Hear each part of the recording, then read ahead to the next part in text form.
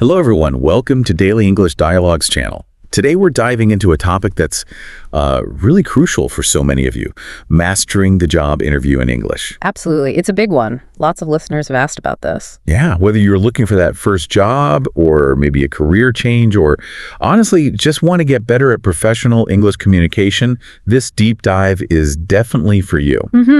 We're planning to, unpack some essential vocabulary. Right, and look at how interviews are usually structured. And give you some strategies, hopefully, to tackle even those really tricky questions. Exactly, and we'll keep the language simple and clear throughout. The goal here is really to give you a shortcut, a way to feel informed and prepared. So you can walk into that interview room feeling, ready to shine. Ready to shine. Love that. You really hit on the core challenge. The interview, especially when it's not in your first language, it can feel like, a maze. Really complex. It really can. But, and this is the good news, with the right tools, understanding the process, and plenty of practice, it really does change. From something scary to an opportunity. Exactly, a genuine opportunity. A chance to show who you are, your potential, and connect with that potential employer. Okay. And we've gathered some great resources, sources that break down the whole thing, from the words you use to how you present yourself, all designed to help you succeed. That's fantastic. So let's start unpacking that. Maybe begin with understanding the American job interview specifically, because that context, it can be a unique challenge, can't it? Yeah. Especially for English learners used to maybe different hiring styles. Indeed, it really can. In the U.S., the job interview isn't just, one step. It often feels like the foundational step towards getting that job. More than just the resume. Way more. It goes far beyond just listing your qualifications on paper. It's this critical moment for the company. Okay, critical for what exactly? Well, two main things, really. First, obviously, to check if your skills and abilities match the job's technical needs. Makes sense. But maybe even more importantly, they're trying to gauge if your personality, your working style, if you will fit into their workplace culture. Ah, the culture fit thing. Right. Yeah. They want someone who won't just do the job, but will actually thrive in their team, contribute positively. And this is where it gets maybe a bit different for English learners. You mentioned that. Exactly. For many people, the American interview style can feel, quite new compared to what they're used to back home. How so? There's this really strong expectation, almost a cultural thing, for applicants to talk about themselves openly, talk about their achievements. Like bragging. Is that okay? It's a fine line, not bragging, but confidently articulating your skills. Really selling your value. Okay. And that needs more than just general English. It demands specific vocabulary. Right. Like what kind of vocabulary? Well, strong adjectives, for one. Right. And the ability to share specific details about your qualities, your past experiences. And doing it in a way that sounds professional, but also highlights what makes you unique. Precisely. It's about being assertive, but, still authentic, not putting on an act. So the big goal here isn't just about perfect English grammar then? No, not solely. I mean, good grammar helps, obviously. But the bigger picture is about giving you the communication tools. Tools to do what? To really express your true value, your confidence in that professional setting. Okay. So bridging the gap between knowing you can do the job and actually communicating that effectively in English. You got it. Especially in that high-stakes interview environment, we want your English to be a spotlight on your talents, never ever a barrier. That's a really important way to put it. So it's more than just language lessons. It's about presenting your best self. Absolutely. And to do that, we need, as you said, the right tools. A strong language toolkit. So let's start there. You mentioned strong adjectives. Tell me more about their power. Right. Using the right adjectives strategically is incredibly impactful. They're not just extra words. No. They make your descriptions more precise. They make you sound more confident, more assured, and honestly, they help you stand out from other candidates. Stand out how? Like memorable. Exactly. Think of it like an artist choosing specific, vibrant colors. Strong words paint a clearer, more memorable picture of you professionally, much better than just using generic language. That's a great analogy. And our sources mentioned this difference between strong and weak adjectives. Like, instead of saying very friendly, you could use a single, stronger word like amiable. It just sounds a bit more polished, more professional. Amiable, okay. Bro. And another example was instead of very correct use. Accurate. That one word instantly sounds more authoritative, more precise. It suggests you pay attention to detail. Accurate. Got it. And using these words, it does more than just sound good, Oh, right? definitely. It reflects a more advanced command of English, a richer vocabulary. Which would impress an interviewer, I imagine. It really can. It shows you can express complex ideas more efficiently, more elegantly. It signals, a higher language skill, good communication, professionalism, all good things. Okay, let's run through a few more examples from the sources because they really help. Instead of very important, you suggested? Crucial. Use crucial. Crucial. And if you're very willing? Try eager. It shows more initiative. Eager. Okay. Very good becomes? Excellent. A classic, but strong. Excellent and very special. Exceptional really highlights uniqueness. Exceptional. I see the pattern. Very talented. Gifted. It suggests a natural ability. Gifted. Very smart. Intelligent implies deeper thinking. Intelligent. Very nice. Kind focuses on empathy. Kind. Okay. Very quick. Rapid or even swift sounds more efficient. Rapid. Swift. And finally, very great. Terrific. It's simple, but conveys impressive quality nicely. Terrific. Wow, these single words really do pack more punch, don't they? They add precision without needing very all the time. Exactly. It streamlines your speech, makes it more impactful. I really like how they add that professional polish. So beyond adjectives, our sources also highlighted some other key interview vocabulary, words we should really know. Yes, absolutely. Let's dive into some of those. Okay, first up was acumen. Sounds a bit formal. It is a bit more formal, but very useful. Acumen means having great insight, deep understanding, and the ability to make good decisions. Okay, like smart judgment. Pretty much. You often hear technical acumen, really understanding technical stuff, or business acumen, really getting business strategy. It suggests a deep grasp. Could you use it in a sentence? Sure. Her business acumen helped the company navigate the market changes successfully. Got it. Okay, next word, excel. I know this one, but how's it used for interviews? It means to be really, really good at something. Superior. Among the best. So stronger than just good at. Much stronger. You could say, I excel at building strong client relationships, or our team excels at meeting tight deadlines. It shows outstanding performance. Okay, excel. Makes sense.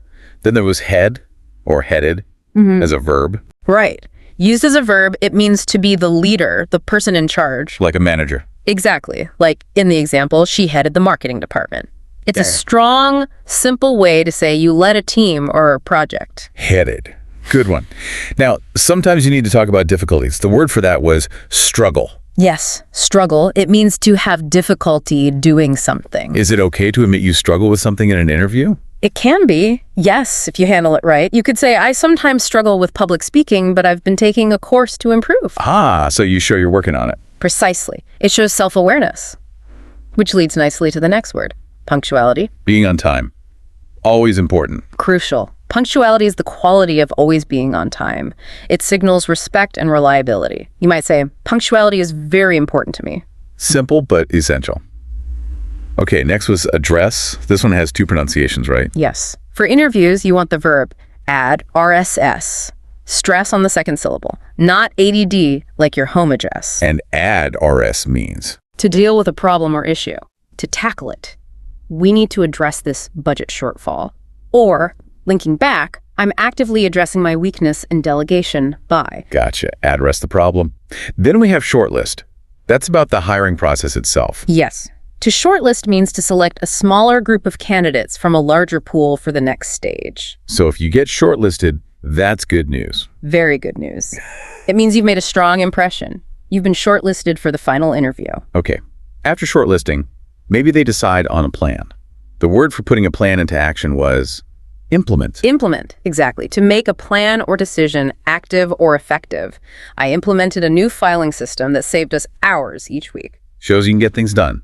And related to that was training session. Right. A meeting or period where people learn new skills. You might say, we implemented the new software after a series of training sessions. Makes sense. Okay, a few more terms about your value.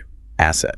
An asset is a valuable thing or ability you have. My language skills are a real asset in this international market. So, highlighting your strengths as assets. What about triumph? Sounds big. It means a great success or achievement. Launching the new product on time was a triumph for the team. Use it for significant accomplishments. Okay, triumph. And the goal is to be seen as a perfect fit, right? That's the ideal outcome. Someone who is exactly right for the job and the company culture. I believe my skills and experience make me a perfect fit for this role. And if you are a perfect fit, you become a strong Prospect. A prospect is someone likely to succeed or be chosen. She's a strong prospect for the leadership position. prospect. Okay. And the document you bring, CV or resume. Correct. Curriculum vitae or resume. Your summary of education, experience, and skills. And we mentioned talking about weaknesses. The word for that was shortcoming. Shortcoming. Yes, a weakness or fault. Again, the key is showing how you're addressing it. My main shortcoming used to be impatience, but I've learned techniques to manage it. Good.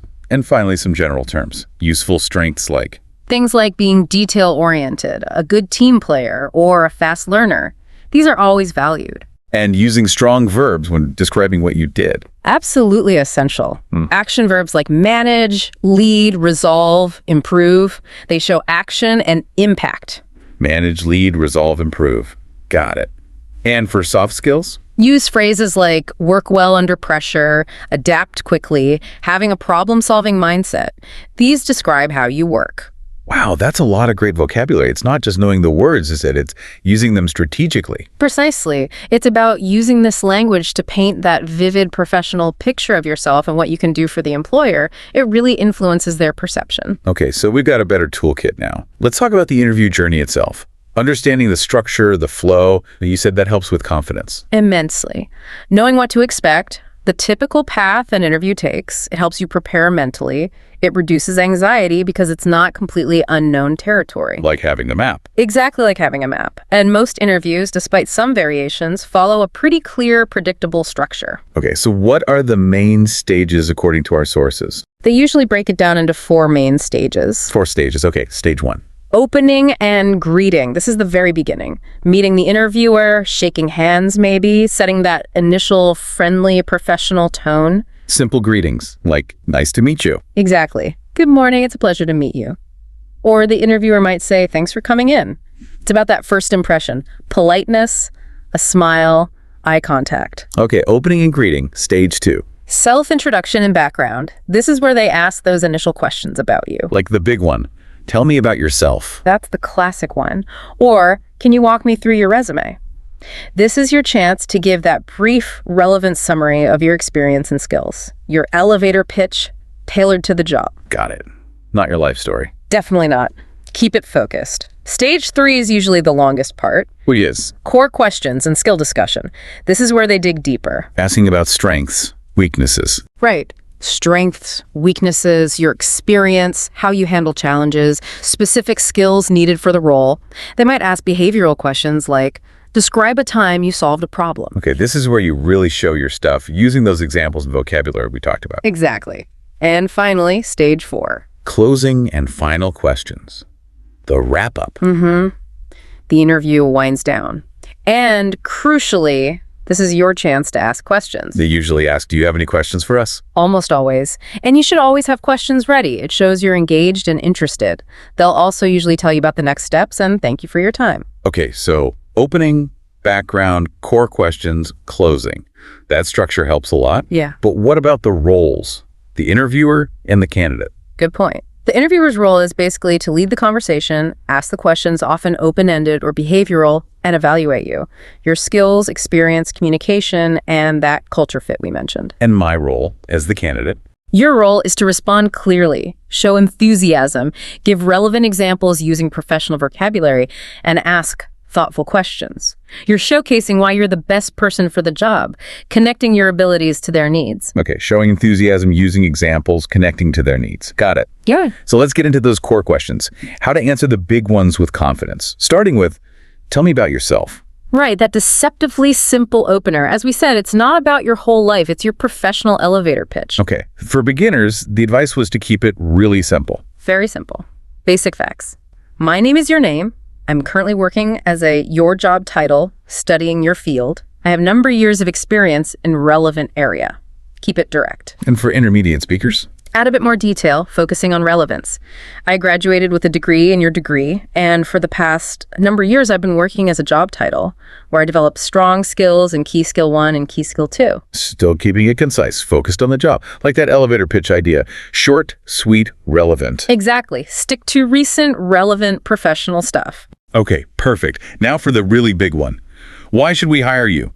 That sounds intimidating. It can feel that way, but it's your prime opportunity. Employers ask this to see what makes you special, why you're the best fit. How should you start answering that? A strong way to start, suggested by our sources, is confidently saying something like, I believe I would be a perfect fit for this company in this role. Shows confidence right away.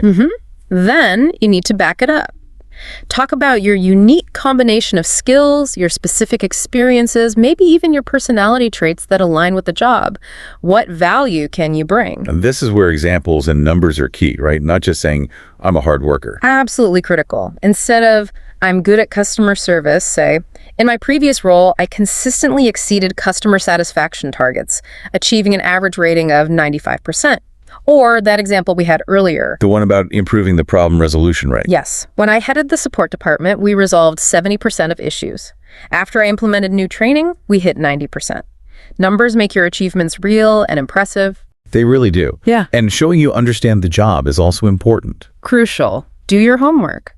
Research the company, the role. If they need a team player, highlight your collaborative skills. I really enjoy working in a team and I'm known for being supportive. If they need a problem solver, I have a strong track record of identifying issues and finding effective solutions. Tailor it. Tailoring is key. And enthusiasm. Does that matter? Huge difference. Employers love hiring people who are genuinely excited. Say things like, I'm really enthusiastic about this opportunity because I admire your company's work in X, or I believe this role aligns perfectly with my career goals and passion for Y. Show you actually want this job. Exactly. And then finish strong. A good closing statement could be, given the opportunity, I'm confident I could bring this kind of focus and positive results to your team. Nice. So to summarize the why hire you answer, focus on 3 things. Yes. Skills technical and soft, with examples. Experience relevant past work, projects, even volunteering, explaining how it relates. And personality positive traits like being motivated, adaptable, a fast learner. Okay. And what about common mistakes to avoid? Good question. First, don't be too short. Because I'm good isn't enough. Give details. Right. Second, don't be too long. Keep it focused, maybe 30 to 60 seconds. Don't ramble. Okay. Third, don't focus only on yourself. Avoid saying, hire me because I need a job. Focus on what you offer them. Makes sense. And fourth, Never, ever be negative. Don't complain about past jobs or bosses. Stay professional and positive. Always. great advice. Okay. Now for the one everyone dreads. What would you consider to be your greatest weakness? Ah, yes, the weakness question. It's designed to test self-awareness and honesty. So what shouldn't you say? Avoid cliches like, I'm a perfectionist or I work too hard. Interviewers see right through those. They sound insincere. So what should you do? Be honest. Be honest but smart about it. The absolute key is to explain what you are actively doing to address that weakness. Like the punctuality example earlier. Exactly. Punctuality used to be a challenge for me, especially managing multiple deadlines. So I recently completed a time management workshop and now use specific planning tools, which has significantly improved my ability to stay on schedule. So you identify a real, but maybe not job-crippling weakness and show you're proactively fixing it. Precisely. It shows self-awareness, initiative, and a desire to grow. It turns a negative into a positive demonstration of character. Okay, that makes sense. Now, the flip side, what are your best strengths? Here, you need to be specific and provide evidence, just like with why hire you. Don't just list strengths like communication or problem solving. Your examples. Yes, quantify if possible. One of my key strengths is problem solving. For example, in my last project, we faced an unexpected technical issue. I analyzed the situation, identified the root cause, and proposed a solution that got us back on track within 24 hours, saving potential delays. Concrete examples make it believable. What if someone struggles to identify their own strengths? That's common. A great tip is to ask people you trust, former colleagues, friends, mentors. Ask them, what do you think is my greatest professional strength? Their perspective can be really insightful. That's a really practical idea. Get some outside perspective. Yeah. Okay, and there were other common questions too, right? Yes, lots of possibilities. Things like, why did you choose this career field? How would you describe yourself? What are you looking for in a job? What are your career goals? Do you prefer teamwork or working alone? Why do you want to work for our company specifically? And as we said, always be ready for. Do you have any questions for me? Always have some prepared. Always. Okay, we've talked a lot about words, but interviews aren't just words, are they? There's the nonverbal stuff. The silent language. Absolutely critical. In an English interview, what you don't say or body language, your expressions can sometimes speak louder than your words. Especially maybe for English learners who might be concentrating hard on the language. Exactly. Nonverbal cues send powerful signals about your personality, your confidence, your attitude. They can either reinforce your message or undermine it. So what are the key nonverbal cues to be aware of? Well, first, body language and gestures. How you sit, stand, use your hands. Confident posture, sitting up straight, maybe leaning in slightly, shows engagement. Avoid slouching or fidgeting too much. Fidgeting looks nervous. Yeah, it can, yeah. Second, facial expressions.